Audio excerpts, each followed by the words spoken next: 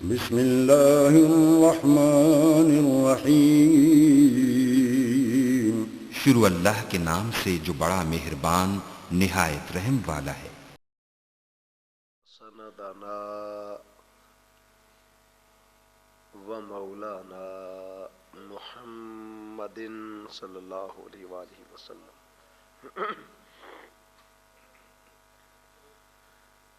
رسولہ النبی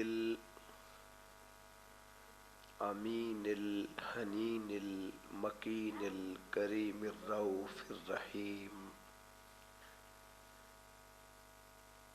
اما بعد فاعوذ باللہ من الشیطان الرجیم۔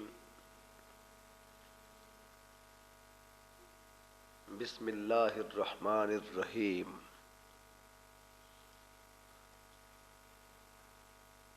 ان اللہ وملائکتہ یصلون علی النبی یا ایہا الذین آمنوا صلو علیہ وسلموا تسلیما۔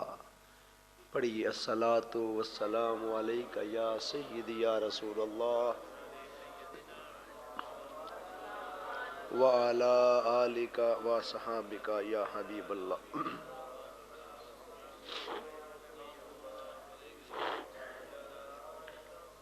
نہایت ہی واجب الاحترام حضرت علامہ محمد عارف نوری صاحب، معزز علماء ذی وقار، ثنا خانان شیریں لساں اور حاضرین و سامعین، اللہ تبارک و تعالیٰ کا بے پایاں لطف و کرم ہے کہ جس نے ہم سب کو اپنے پیارے حبیب مکرم صلی اللہ علیہ وآلہ وسلم کی امت میں پیدا فرمایا۔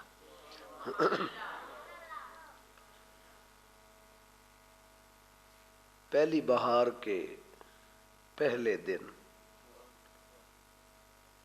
اس کا آغاز حضور کے درود و سلام سے کر رہے ہیں۔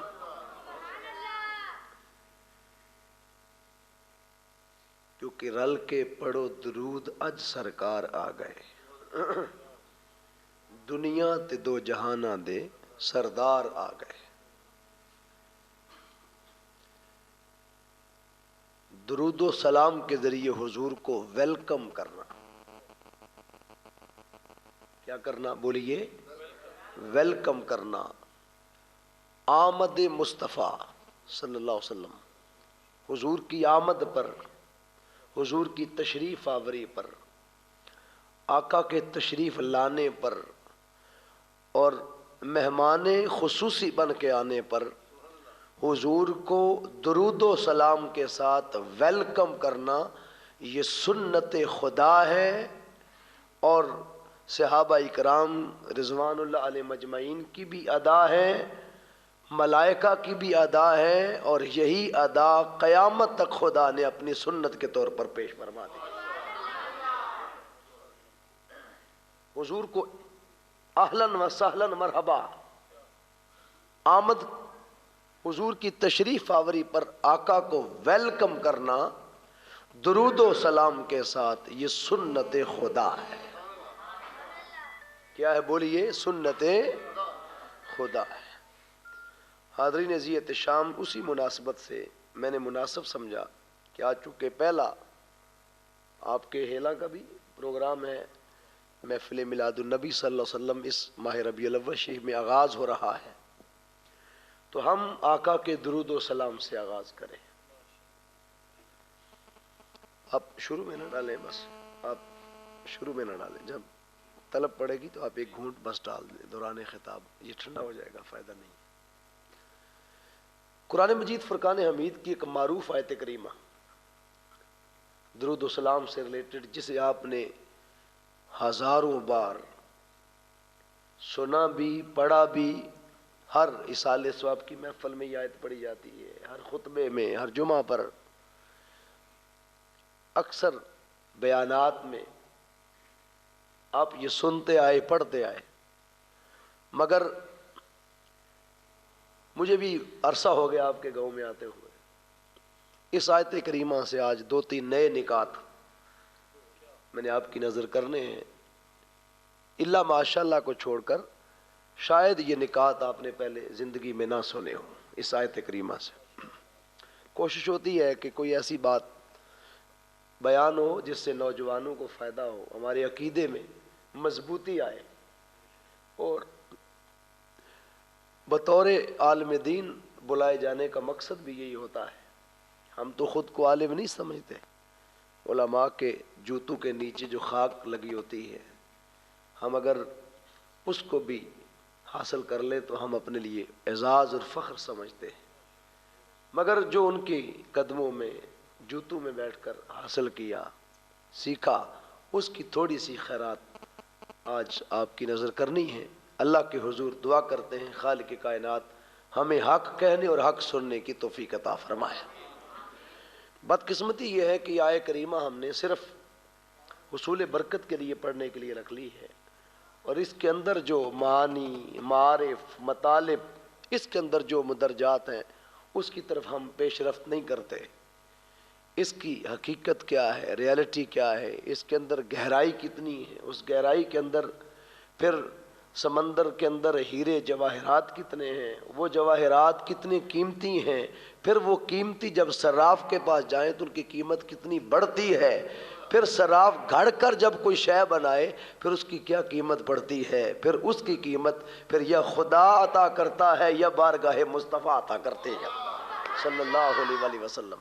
ٹھنڈے ہوئے ہو، میں تمہیں پہ گرم کرنا تھا لیکن تمہاری طبیعت یہ ٹھنڈی ہے، انہیں کی بھی اگر جاگتے رہو تو مینوں بڑے نا بہتے کی کرنے نے جڑے نہ سمجھ ہون، اگر اینے بھی سمجھ جان تو گل آن دا مقصد پورا ہو جاتا ہے۔ آج مجھے دورہ پھیرا لگا ہے پھالیے، ہاں جی آج دن کو بھی تھا، پھر وہ واپس تھوڑا جانا پڑا، پھر آیا، پھر آپ کے پاس، تو تھکاوٹ سفر مجھے ہونا چاہیے، ہم نے بھی چلنا ہے مسلسل، تو آپ پہلے دن ہی تھکے ہوئے ہیں، ابھی تو آگے آپ نے سلسلہ چلانا ہے، تو میں چاہتا ہوں کہ آپ تھوڑا جاگیں، اور جاگ کر حضور کے ذکر پر سبحان اللہ نہیں کہنا تو کس پر کہنا ہے؟ اگر آقا کے ذکر پر سبحان اللہ نہیں کہنا، اللہ نے بھی حضور کو شب معراج جب ویلکم کیا تھا تو بات سبحان الذی اسریٰ سے شروع کی تھی، اس نے اپنی پاکی بیان کی، مولا بات تیرے حبیب کے معراج کی ہے تو اپنی پاکی کیوں بیان فرما رہا ہے؟ اس نے فرمایا کہ محبوب کا سفر ہو اور پھر سفر مصطفیٰ میں سفر بھی سفر محبت ہو تو محبت مصطفیٰ کے بیان میں خدا خود بھی سبحان اپنی پاکی بیان کرتا ہے۔ تو اجر ہی اجر ہے، نیکیاں ہی نیکیاں ہیں، درجات ہی درجات ہیں، اور جو 100 بار سبحان اللہ پڑھ لے، کتنی بار بولیے؟ آئیے بٹھے ہی ہو، کتنی بار بولیے؟ 100 بار سبحان اللہ پڑھ لے، اللہ رب العزت اس کی زندگی کے پچھلے سارے گناہ بخش دیتا ہے۔ آقا کا ذکر بھی سنیں اور کم از کم کوشش کریں کہ آج 100 بار تو ہو جائے۔ کتنی بار بولیے؟ 100 بار تو ہو جائے، پچھلوں کی بخشش تو مل جائے، اور آئندہ ربیع الاول شریف کی برکت سے نئے عزم کے ساتھ، نئے ارادے کے ساتھ صراط المستقیم کی ہدایت طلب کریں گے انشاءاللہ۔ اللہ رب العزت نے قرآن مجید کی اس آیت کریمہ کا آغاز حرف انا سے فرمایا۔ کس سے فرمایا؟ بولیے، پھر بولیے، حرف انا سے۔ جواب سارے دیں، کس سے بولو؟ حرف انا سے۔ اور یہ بات ذہن میں رکھ لیں کہ الحمد سے لے کر والناس تک قرآن مجید کی 6666 آیتیں، 4 بار 6 لکھیں تو یہ قرآن کی آیتیں ہیں۔ اللہ رب العزت نے قرآن مجید کی ان آیات کے اندر 2 حروف کا جو ذکر کیا، انا کا اور انا کا، یہ حروف مشبہ بالفعل میں سے ہیں، فعل نہیں ہوتے، فعل کے مشابہ ہوتے ہیں۔ بہت ڈیٹیل میں نہیں جاؤں گا، اتنی بات جتنی آپ کی ضرورت ہے، جتنی طلب ہے، جو موضوع کی ڈیمانڈ ہے۔ انا ہمیشہ کلام کے شروع میں لگے گا، انا ہمیشہ کلام کے درمیان میں آئے گا، یہ اصول ہے۔ اذان ہوتی ہے تو کہتے ہیں اشہادو انا، اشہادو کے بعد انا ہے، مگر جب انا ہے وہ ہمیشہ کلام کے شروع میں لگے گا، کلمہ کے شروع میں آئے گا۔ انما یرید اللہ لیذھب عنکم الرجس اہل البیت ویطہرکم تطہیرا، انا آغاز میں آ گیا۔ اسی طرح فرمایا انک لعلی خلق عظیم، بے شک محبوب آپ کو خلق عظیم پر فائز کیا گیا، خلق عظیم پر فائز کیا گیا۔ اللہ رب العزت یہ بھی فرما سکتا تھا انک لمع خلق عظیم، محبوب آپ کو خلق عظیم کے ساتھ بھیجا، تو لمع نہیں فرمایا، لا علا، علا کا معنی ہوتا ہے پر، اوپر، تو فرمایا محبوب خلق حسن بھی نیچے، اس کے اوپر خلق کریم، اس کے اوپر خلق عظیم، یہ 3 سٹیپس ہیں خلق کے۔ خلق حسن یہ ہے کہ جس میں بدلہ لیا جائے، اجازت ہے، النفس بالنفس، جان کا بدلہ جان، کان کا بدلہ کان، ہاتھ کا بدلہ ہاتھ، قرآن نے اجازت دی، آنکھ کا بدلہ آنکھ، بدلہ لے لینا یہ خلق ہے، مگر خلق حسن سب سے چھوٹا خلق ہے۔ اس سے اونچے درجے کا خلق ہے خلق کریم، کریمانہ طریقے سے شفقت کرتے ہوئے کسی نے نقصان پہنچایا، آپ نے اسے بدلہ لینے کی بجائے اسے تھوڑے کو لینے کی معافی دی امید، اسے کیا کر دیا؟ بولو، معاف کر دیا۔ اب بار بار کہنا نہ پڑے بھائی، وقت ضائع ہوتا ہے، بس ایک بار کہہ دیا ہے، آپ روٹین سے بس بولتے چلے آئیں جاگ کر ہوش کے ساتھ، تو کرنا تو بے شک لا لو، باقی سارے جسم پہ پائی رکھو۔ خلق کریم یہ ہے کہ جس میں معاف کر دیا۔ اب آپ پوچھیں گے کہ what is the difference between 2 things, خلق کریم میں اور خلق عظیم میں پھر کیا فرق ہے؟ تو خلق کریم یہ ہے کہ دشمن کو معاف کر دیا، خلق عظیم یہ ہے کہ دشمن نے دشمنی کی اور آپ نے اسے معاف بھی کر دیا، اور معاف کرنے کے ساتھ ساتھ دشمن کو دعائیں دے کر جھولی بھی بھر دی، اسے کوئی انعام بھی دے دیا۔ اگر صرف معاف کر دینا ہو تو وہ خلق کریم ہے، اور اگر معاف کرنے کے ساتھ ساتھ آپ نے اسے کوئی انعام دے دیا، کوئی گفٹ دے دیا، تحفہ دے دیا، وہ دشمن ہے۔ آپ نے دعائیں دے دی، اس کی جھولی بھر دی، یہ خلق عظیم ہے۔ تو ساری کائنات کو جو مقام مل رہا ہے، اور نامہ اعمال میں میزان پر، تکڑی پر، سب سے وزنیہ پر بھی خلق ہے، اور پھر وہ خلق عظیم کہ فرمایا محبوب ساری کائنات کو جو مقام ملے گا وہ خلق عظیم کی وجہ سے ملے گا، مگر خود خلق عظیم کو جو مقام ملے گا وہ محمد کے نالین کے صدقے ملے گا، کیونکہ انکا لعلی خلق عظیم۔ لا معانی کہا کہ محبوب خلق عظیم ہو کر بھی وہ آپ کی برابری نہیں کر سکتا، اس لیے لا معانی کہا کہ خلق عظیم کے ساتھ بھیجا نہیں، لا اعلی، خلق عظیم جتنا بھی اونچا ہو مصطفیٰ آپ اس کے اوپر ہیں، اور جدھر سے گزر جائیں نقش نلین مصطفیٰ کی خیرات بن کر خلق عظیم بنتا ہے۔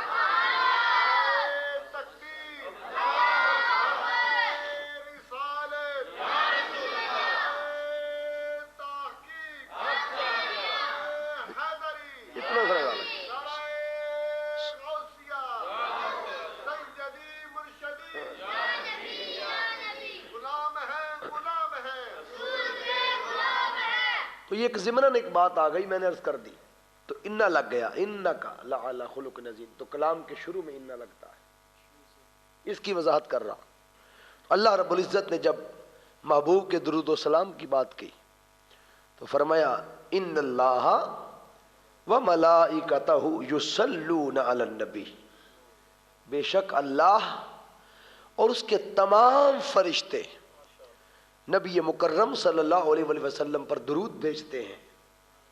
یا ایھا الذین آمنوا صلوا علیہ وسلموا تسلیما، اے ایمان والو تم بھی محبوب پر درود بھیجو، اور جب سلام کی باری آئے تو وسلموا، سلام اس طرح بھیجو، تسلیما جیسے سلام بھیجنے کا حق ہوتا ہے۔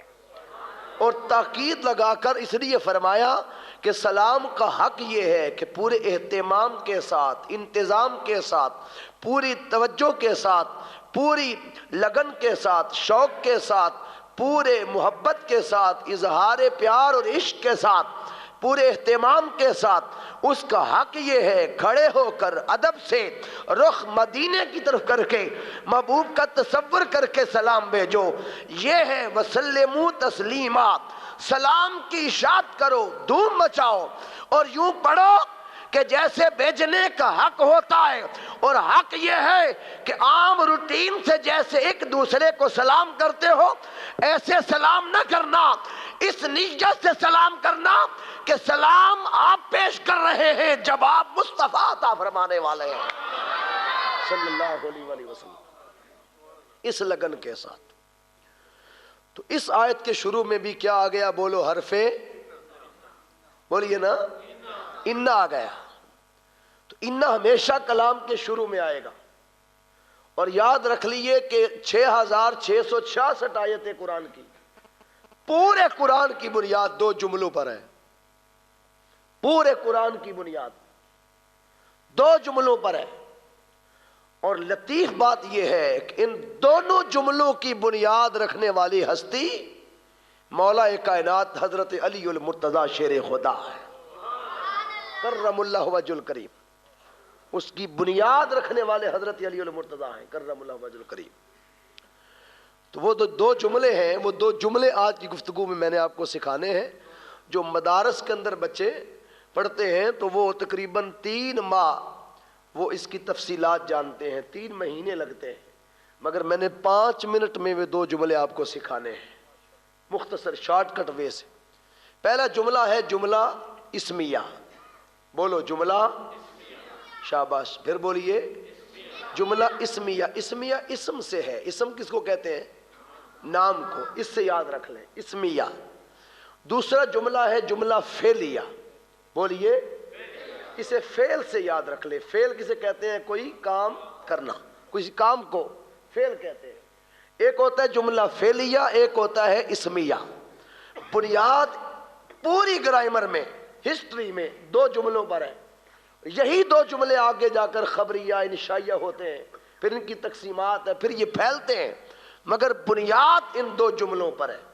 حاضرین محترم، یہ اصول کی پتے کی بات ذہن میں رکھ لیں کہ جملہ فعلیہ کا تعلق فعل، فاعل، مفعول سے مل کر یہ جملہ بنتا ہے، اور اس کا تعلق کسی نہ کسی فعل کے ساتھ، زمانے کے ساتھ ہوگا۔ جب فعلیہ بولا جائے گا جملہ، اس کا تعلق کسی زمانے کے ساتھ ہوگا۔ فعل 3 طرح کا ہے، ماضی، حال اور مستقبل، پاسٹ، پریزنٹ اور فیوچر، 3 زمانے ہیں، ماضی، حال اور مستقبل۔ تو جب جملہ فعلیہ بولا جائے گا تو اس کا تعلق یا زمانہ ماضی کے ساتھ ہوگا، یا زمانہ حال کے ساتھ ہوگا، یا زمانہ مستقبل کے ساتھ ہوگا، آنے والے زمانے کے ساتھ۔ تو گویا جملہ فعلیہ زمانے کی حدوں میں محدود ہوتا ہے، زمانے کی قیود میں مقید ہوتا ہے، وہ مطلق نہیں ہوتا، وہ عام نہیں ہوتا، وہ اسپیسیفک ہوتا ہے، خاص ہوتا ہے زمانے کے ساتھ۔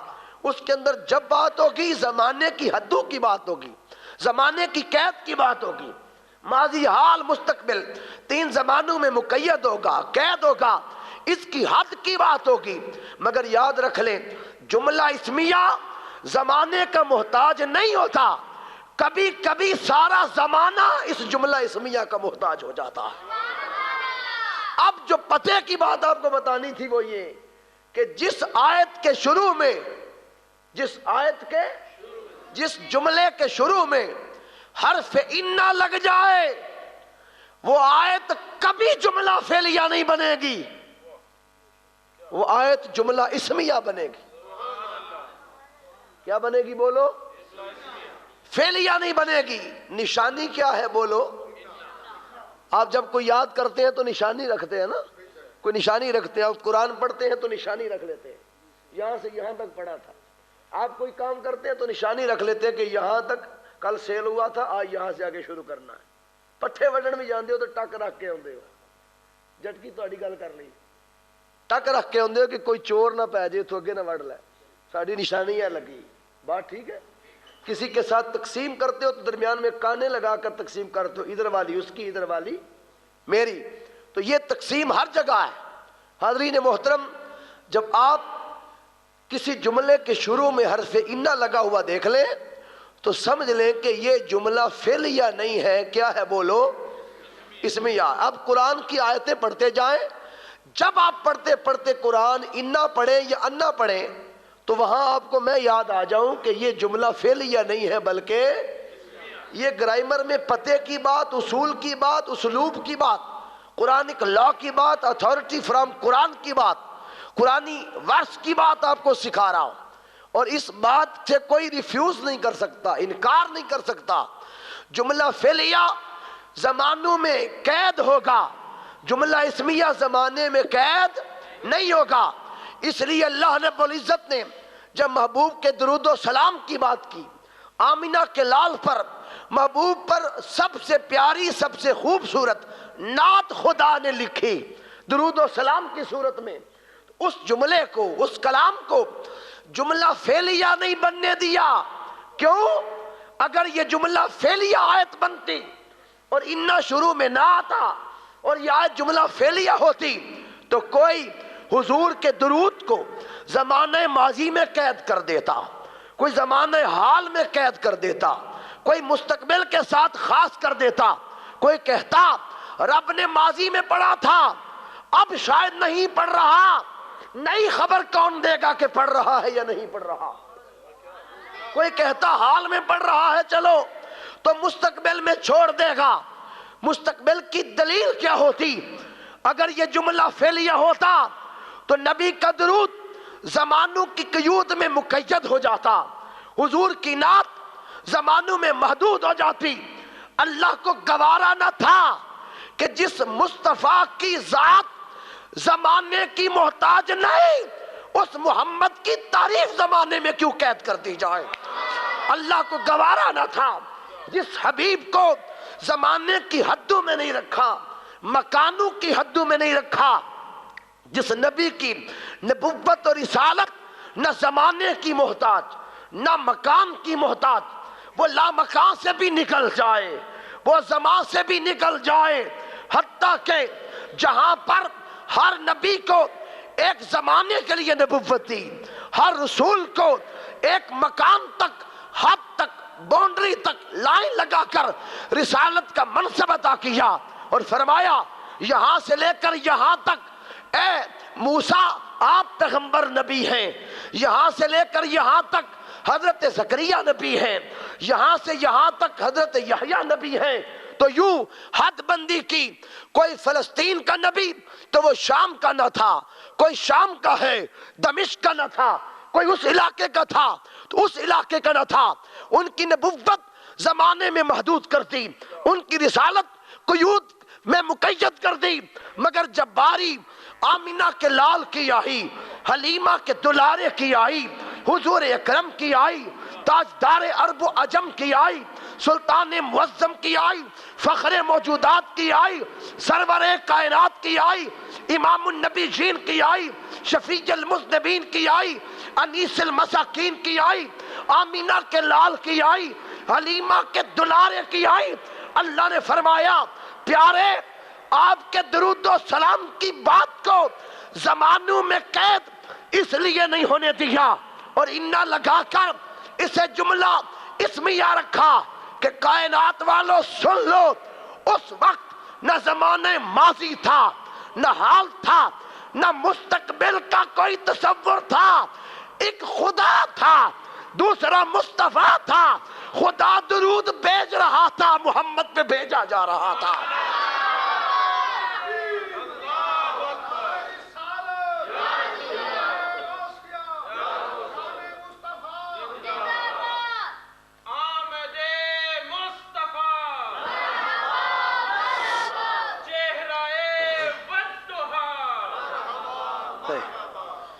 ہنج نہیں، حضور کو آقا کو ویلکم کر رہے ہیں. کسی دنیا دے وزیر نو تسی اپنی سیاسی مجلس وچ منگواؤ نا تے گڑے تھک جاندے نے تواڈے تے اچے نعرے لا لا کے تریفاں دے پل بن چھڑدے ہو. کیوں؟ انہیں ساڈی سڑک بنوانی ہے، گلی بنوانی ہے، گندی نالی بنانی ہے. تے جنہیں گندیاں نالیاں دین آنا ہوئے او دے واسطے تے گڑے تھک جاندے نے تے چکر پئے نے. تے جس آمنہ دے لال دے صدقے تانوں پتر لبنے نے، لال ملنے نے، ماں باپ لبے نے، کائنات ملی ہے. اس محبوب دی آمد دی بات ہوئے تے ایڈے ٹلے ایڈے مٹھے نہیں. حضور کو ان کی شیان شان ویلکم کرو، اور یوں کرو، اس انداز سے کرو کہ بیٹھے ہیلا میں ہو مگر آپ کی روحانی صدا گنبد خضرا کے مکی کی بارگاہ میں پیش ہو رہی ہو. اب کہو آمد مصطفیٰ.